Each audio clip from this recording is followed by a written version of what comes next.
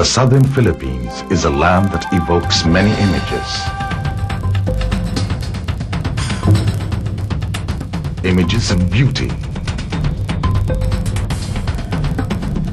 of bountiful natural resources, of rich cultural diversity, and of tremendous economic potential. This is Mindanao. But for most of its history, one image of Mindanao has seemingly dominated all others. The Mindanao of war.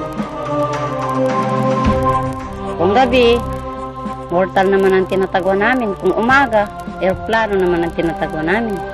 It is a necessary evil. Soldiers have to do what they have to do, following orders. Because the culprits in the death of our father were never brought to justice. So we were forced to take the law in our hands. A culture of violence began as one group retaliates against the action of another group. It really didn't matter who began first. Quite a number of journalists, unfortunately, do not know the history of the conflicts. The wounds are very deep and wide in the heart of Christians and Muslims. But after many years of war, many voices in Mindanao are now crying out for peace. Some institutions, groups, and communities are carrying out the work of healing, removing prejudices, and fostering dialogue. These are some of their stories. There can be peace in Mindanao.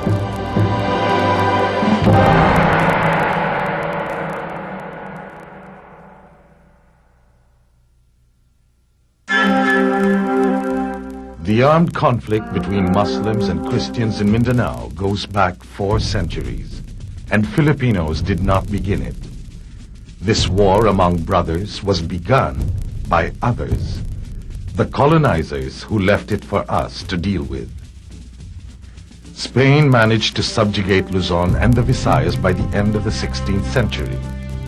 But the conquistadors found Mindanao much more difficult to conquer. The Islamic faith was thriving there. It arrived in Mindanao and Sulu in the late 1300s, brought by Arab missionaries who came, built mosques, and taught Filipinos Islamic ways.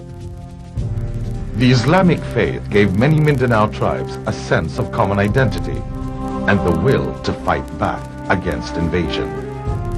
So the Spaniards launched a war of conquest against the Moros, a war between the cross and the crescent.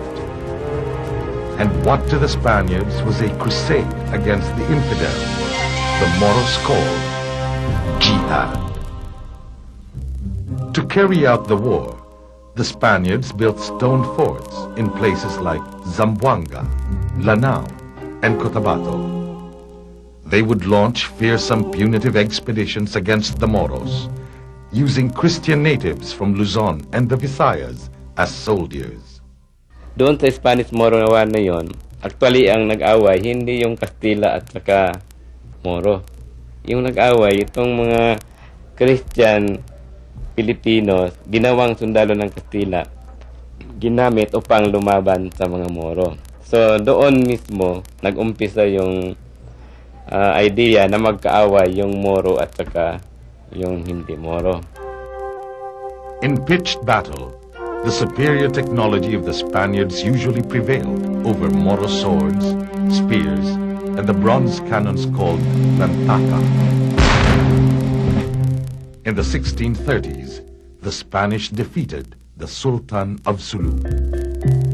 Then they defeated the proud Sultan Kudarat of Cotabato, both at sea in a fierce naval battle, and then on land in what is now Cotabato City.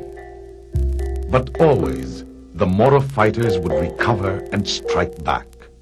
Sultan Kudarat eventually managed to conquer most of mainland Mindanao, including Cotabato, Zamboanga, and what are now Cagayan de Oro and General Santos. On the other hand, the Sultans of Sulu ruled a military empire that could strike as far north as Pangasinan and Isabela and stretched south into Sabah.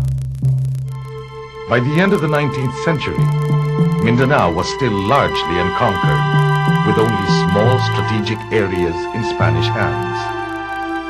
This was the situation when the new colonial masters, the Americans, arrived in 1898.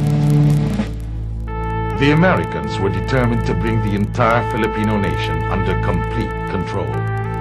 They brought new weapons to fight the Moros, which gave them a decisive advantage on the battlefield. American generals like John Pershing and Leonard Wood subdued the Moros in a series of bloody battles between 1901 and 1914. By 1920, the Moro rulers of Sulu, Maguindanao, and Lanao had submitted to American rule. But resentment and the desire to be free still seethed among many Muslims. The Americans continued the Spaniards' practice of deprecating Moros, calling them heathens and savages who had to be taught civilized ways. In their laws, the Americans gave no recognition to the Moros' distinct ways and ancient culture. Officially, tinawag nila yung mga Moro na itong mga wild tribes. Ang category nila sa wild tribes, ito yung sinasabi nila uncivilized, and not westernized, not Christianized. In 1924, a group of Moro leaders sent a petition to the U.S. Congress expressing their desire to be an independent nation apart from the rest of the Philippines. Their petition was ignored. Instead, the reins of government were passed to Christian Filipinos, such as President Manuel Quezon, who declared he would open up Mindanao to settlers who would exploit its resources for the good of the Christian majority. Ngayon, nang ginawa na mayroon na mga settlers dito, nag-umpisa na yung problema, both psychological and physical. Kasi magkatabi na sila, magkasama na sila sa Cotabato, sa Davao, sa Lanao. Bit by bit, the Moros found themselves losing control over their own destiny, becoming more and more powerless in their own land. The creation of an independent Philippine state in 1946 did not bring about a government committed to respecting Moro needs. Muslims were still neglected, with the lowest life expectancy, literacy, and per capita income in the entire country. The Muslim areas of Mindanao had some of the worst infrastructure in the nation. Visayan immigrants continued to flood Mindanao, so that by the 1960s, the Muslims were a minority.